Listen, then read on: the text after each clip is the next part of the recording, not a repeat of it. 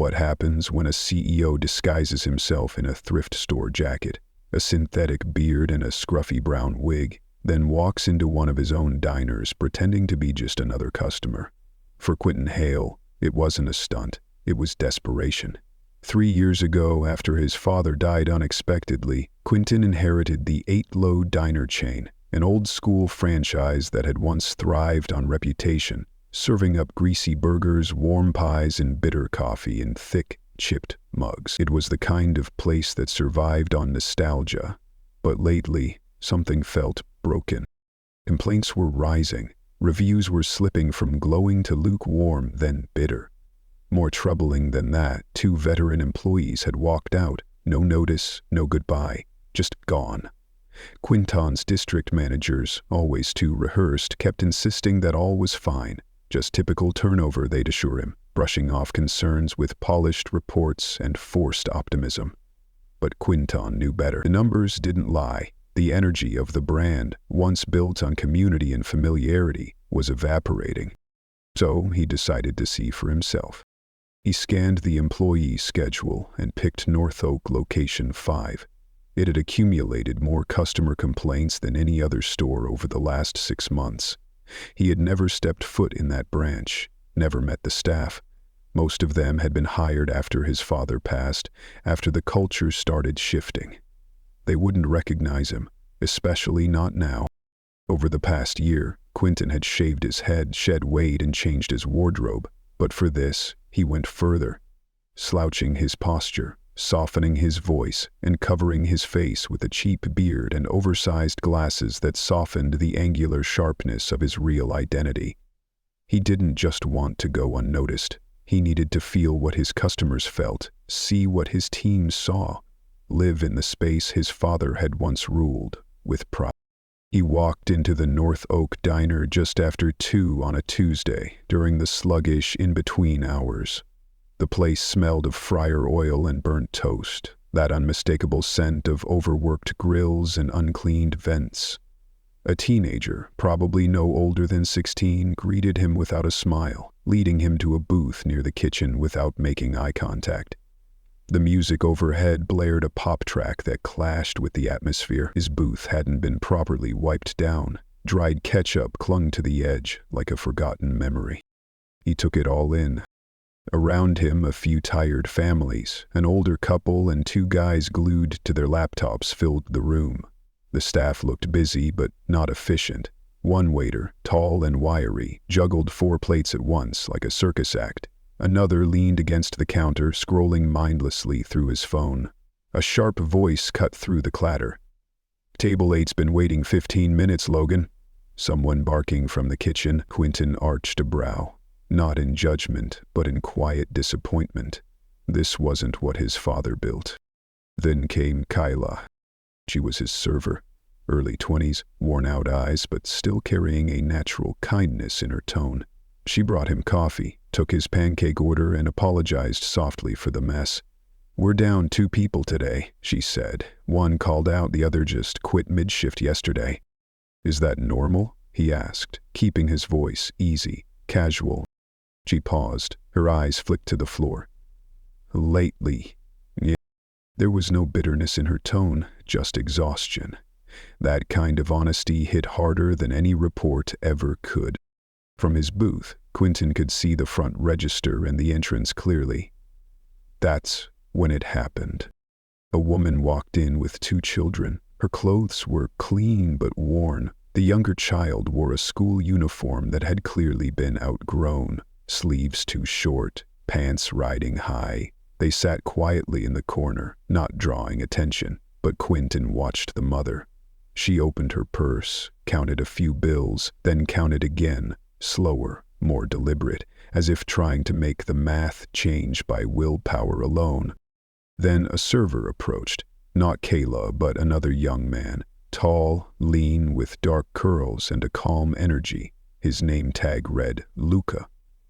Quinton watched as Luca knelt beside their table, lowering his voice, pointing to the menu like he was guiding the kids through a storybook.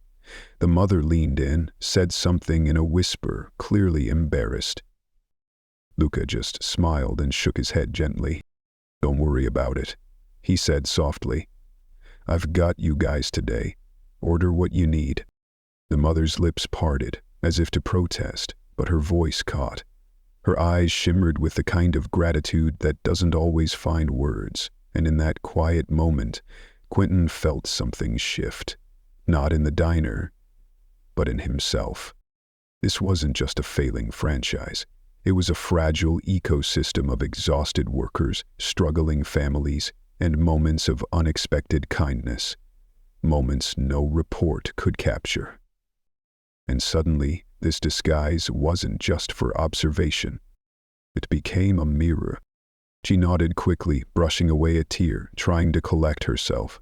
Luca didn't say another word. He just gave her a quiet nod, walked over to the register, pulled out his wallet and paid, his own money. No scene, no prideful gesture, no need to be noticed, just silent, human decency. Quinton sat there, stunned. Not by the act itself, but by its simplicity. It was the kind of kindness that didn't ask for acknowledgement, the kind that lived in the quiet corners of a person's heart. Luca didn't know he was being watched, didn't know that the man sipping coffee in the booth, behind a disguise, was the owner of the entire diner chain. Just minutes later, the door chimed again. Miles walked in. The district manager. He looked every bit the part. Shirt pressed, hair slicked back like he was heading to a real estate pitch instead of managing a restaurant on the brink. He barely acknowledged the staff before disappearing into the back. Quinton stood and quietly followed. He didn't want to confront. He just wanted to listen. In the hallway, near the hum of the kitchen's walk-in cooler, he heard Miles's voice. "This location's dragging our numbers down," Miles muttered to the kitchen lead. "If Luca keeps wasting time playing savior to every sad story, he's out next month." Quinton's jaw tightened. The kitchen lead grunted. "He's too soft. Always chatting with tables. Doesn't hustle like the rest." It was the kind of dismissiveness that buried good people. Quinton bit the inside of his cheek and walked silently back to his seat. That anger, it didn't explode. It simmered. Back on the floor, he watched as Luca, unaware of any of it, cleared plates from a table the hostess had forgotten, refilled someone's lukewarm coffee before they asked, and knelt to hand a crying baby a toy that had fallen. The baby laughed. So did the mom. Later, Quinton stepped outside and sat in his car. He didn't start it, just sat there, fingers trembling on the steering wheel. His mind swirled with the image of his father, the man who built 8 Low with sweat, not spreadsheets, who used to say, "We're not in the food business, we're in the people business." He opened his phone and pulled up the employee database. Luca Martinez, 28, waiter, 2 years of service, no write-ups, solid reviews. Quinton stared at that simple summary of a person who had just taught him more about leadership than any executive seminar ever had. And then he started typing. The next morning Quinton returned, but this time, without the wig or glasses or thrift store jacket. He wore a gray button-down, straight-backed and silent, the CEO unmasked. At exactly 9:12 a.m., the front door buzzed open. Luca was wiping down the edge of the counter when he looked up briefly, then returned to his task, unaware of the shift that was about to unfold. The young hostess glanced up, then blinked twice, startled. Can I help you?" "I'm here to speak with your manager," Quinton said calmly. "Not the floor supervisor, the actual district manager." Her face flickered with confusion, then pointed toward the back. "He's in the office, but he's not..." But Quinton was already moving. Kayla looked up from a tub of silverware, her eyes narrowing as if trying to place him. Luca didn't glance up at all. Quinton knocked once, then pushed the door open. Miles was slouched back in his chair, tapping on a tablet. He didn't even look up right away. "Yeah, I'm Quinton Hail." The silence that followed was instant and sharp. Miles straightened so fast the chair squeaked. His mouth opened, but Quinton raised a hand. I need you out of this location in 20 minutes. Don't speak to staff. Don't create a scene. Don't come back unless I personally call you. Miles stammered. What's this about? You'll get a formal review. Right now, just leave. But, he stood slowly, face pale. You're not even going to hear my side. You've had 3 years to show me your side. Quinton didn't wait for a reply. He turned and walked out. The sounds of the diner resumed around him, plates clinking, fryers hissing, lives being lived. He stepped into the center of the floor. Can I have everyone's attention, please? The room went still. Kayla froze mid-step. The cook leaned out from behind the heat lamp. Luca turned slowly, towel in hand. My name is Quinton Hail, he said, his voice steady but quiet. I own this company. My father built it. Some of you knew him. You could hear a fork drop. Literally, one of the older servers did. I came here yesterday as a customer. I sat in that booth right over there, he pointed, and I saw a lot, things that need fixing, but I also saw something I'll never forget. People exchanged glances. I saw one of you step up for a family who couldn't pay. No cameras, no attention, just a moment of pure humanity. He turned toward Luca. Come here. Luca hesitated.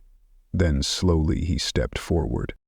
I know you don't want recognition, Quinton said, but what you did yesterday reminded me what this company is supposed to be, what my father believed in. Luca's voice was soft. I just tried to help. You did more than that. You showed a standard most executives don't even understand. Quinton pulled a folded paper from his jacket. This is your new assignment. Effective immediately. You're being promoted.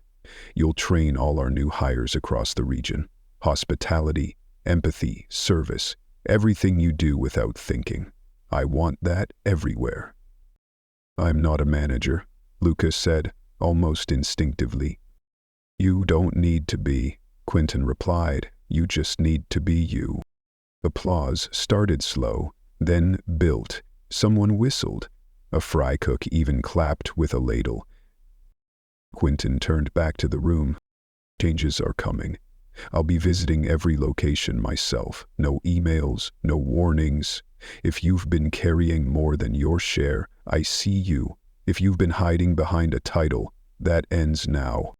He nodded once, then walked out. Outside, the air was cooler. He stood on the sidewalk, watching traffic blur past. But inside, something in his chest had finally settled. Something that had been tight for too long had loosened. Back inside, Lucas still stood frozen, towel in hand. Kayla stepped beside him. You knew he was watching yesterday. Luca shook his head. No idea. She exhaled. Well, damn. An hour later, Miles was gone. Quinton? He was already sitting at a different diner. 2 cities over. No disguise, no pretense. Just a man looking for answers in the cracks. The waitress asked if he wanted cream in his coffee. Her hands trembled. He said yes. She brought it without a word. At the open pass, a line cook was cutting corners, stacking raw meat too close to cooked patties. The work wasn't over. Not by a long shot. But Quinton was ready now, because he remembered what mattered. And someone finally reminded him. The lettuce was limp. Another cook was barking orders at a younger prep hand, and no one seemed to be writing anything down. But Quinton didn't need notes. He was absorbing everything. He entered the 3rd diner location just past 5:00 p.m. The dinner rush had already swelled. A family of 6 was being told there was a 20-minute wait by a nervous young man in his 20s with braces, clinging to a clipboard like a life vest. The air here was different, sharper. It carried the scent of grilled onions, floor cleaner, and something metallic from the vents. A child cried somewhere behind him. A phone chimed with a game show tune. Chaos, subtle but layered. No one recognized him, and he wanted it that way. A manager in a red vest emerged from the kitchen, glanced once at the backed-up crowd, then barked, "Double-seat table 10 and 12, and tell the servers to stop hiding in the break room." Then he vanished again. Quinton slipped quietly onto a counter stool. An older woman, maybe in her 50s, poured black coffee for a trucker in a tattered jacket. She didn't glance up. Quinton watched everything. He wasn't here to play gotcha. He was here to see how dysfunction quietly becomes routine. Over 20 minutes passed. Two separate parties gave up and walked out. No one tried to stop them. No attempt to turn the experience around. Servers were drowning. One young man with a limp was covering 4 sections, sweat blooming under his collar. The manager, in red, still missing. Quinton leaned toward the older woman. "What's the deal with the manager?" She finally looked at him, eyes seasoned by years of disillusionment. "Kyle. He shows up late, hides in the office, only comes out to yell, threatens people into doubles. Upper management thinks he's efficient. You ever report it?" She shrugged, rinsing a mug. "To the same people who hired him? They stopped listening a long time ago." Quinton left without another word. The next morning he called a regional meeting. No store-level managers, no slides. Just him, a yellow notepad, and a paper cup of water. "We have a culture problem," he began, "and it's not about scheduling software or food costs." The woman in the back asked, "What exactly did you see?" Quinton nodded slowly. "I saw 3 stores in 2 weeks. I saw customers leave, ignored by overwhelmed staff. I saw managers hiding. I also saw someone pay out of pocket so a family wouldn't go hungry." Chairs shifted, silence. "This company was never just about food," he continued. "We're about serving people. If you don't believe that, you're in the wrong room." A man in ops raised his hand. "What do you want us to do?" "Review every manager's schedule. I want to know who's working, not hiding. I want interviews with every employee who left last year. Patterns, not excuses." "What about high-performing stores?" someone else asked. "We learn from them," Quinton said. "Not just metrics. Attitudes, how they treat people." After the meeting, he pulled HR aside. "Find Kyle's file. Who hired him, when, and where he worked before." By Thursday, HR came back with a manila folder. Kyle had worked at 6 restaurants in 4 years. Always left within 12 months, always circumstantial reasons, nothing in writing. Why wasn't this caught? Verbal references, no documentation. Suspend him. Find someone internal to replace him. I'll make the announcement myself. That afternoon, Quinton returned to Westfield. He waited until closing, then called the entire floor staff to the back room, servers, dishwashers, a prep cook with headphones. Kyle stood in the corner, arms crossed. Quinton didn't look at him. "Your manager is being removed," he said simply. "You'll have interim support, and yes, we'll be promoting from within." Kyle scoffed. "You just walk in and fire people without hearing their side?" "I did hear it," Quinton said. "I listened to your staff. I watched them. That's all the context I need." Kyle stormed out. Silence fell. Quinton looked around. "I know trust doesn't rebuild overnight, but I'm not here to save anyone. I'm here to fix what I allowed to rot." "That's on me." A prep cook lifted a hand. "You really own this place?" "I do," Quinton replied, "and I'm finally ready to own up to that." The woman from the counter crossed her arms. "What about us now?" "You get a say. Starting Monday, every store holds a round table. No managers, just staff. One neutral facilitator, your words, unfiltered." The young server asked, Will anything actually change? Quinton nodded. If it doesn't, I'll shut it down. I won't run a company that breaks people. The prep cook asked again. That guy who paid for a meal, that real? Quinton nodded. It was. And it shouldn't be rare. We serve people, not plates. He left before more questions could come. That night, he sat at his father's old desk. He opened the bottom drawer and found an old laminated menu. On the back, in faded marker, people before product. Always. He made a call. Get Luca on the line. Tell him we're building something new. Luca arrived at the new training center the next morning, a modest building, glass walls, lemon cleaner and coffee in the air. He was told little. Quinton wanted help designing a new orientation program, not from a manager, but from someone who understood integrity when no one watched. Quinton met him upstairs, a legal pad on the table. You sure you want me here? Luca asked. Quinton didn't hesitate. I didn't invite anyone else. They built it together, not slideshows, not rules, real training, awareness, pacing, empathy in real time. By month's end, bad managers were gone, replaced by those who had held stores together without a title. A prep cook named Monique became a team lead. She never asked for more pay. Quinton gave her a raise anyway. He hosted weekly calls, no agenda, just talk. And people started talking. Too many rules that don't help anyone, one said. 6 years and no one asked what I think, said another. He made changes, not revolutionary, but human. On the final night of the pilot, Quinton returned to North Oak, sat in the same booth, music lower, tables cleaner, staff moving like a team. Lucas slid into the seat across from him. Checking up on us? No, Quinton said, just had to see it again. They watched together. Kayla ran the takeout counter like clockwork. A new hire laughed with a guest. Feels different, Lucas said. It is, Quinton said, not because of me, because of people like you. Luca paused. You ever think about shutting it down? I did, Quinton admitted. But then I saw someone pay for a meal with no audience, and I remembered what we're supposed to be. The door opened. A young couple entered, holding hands.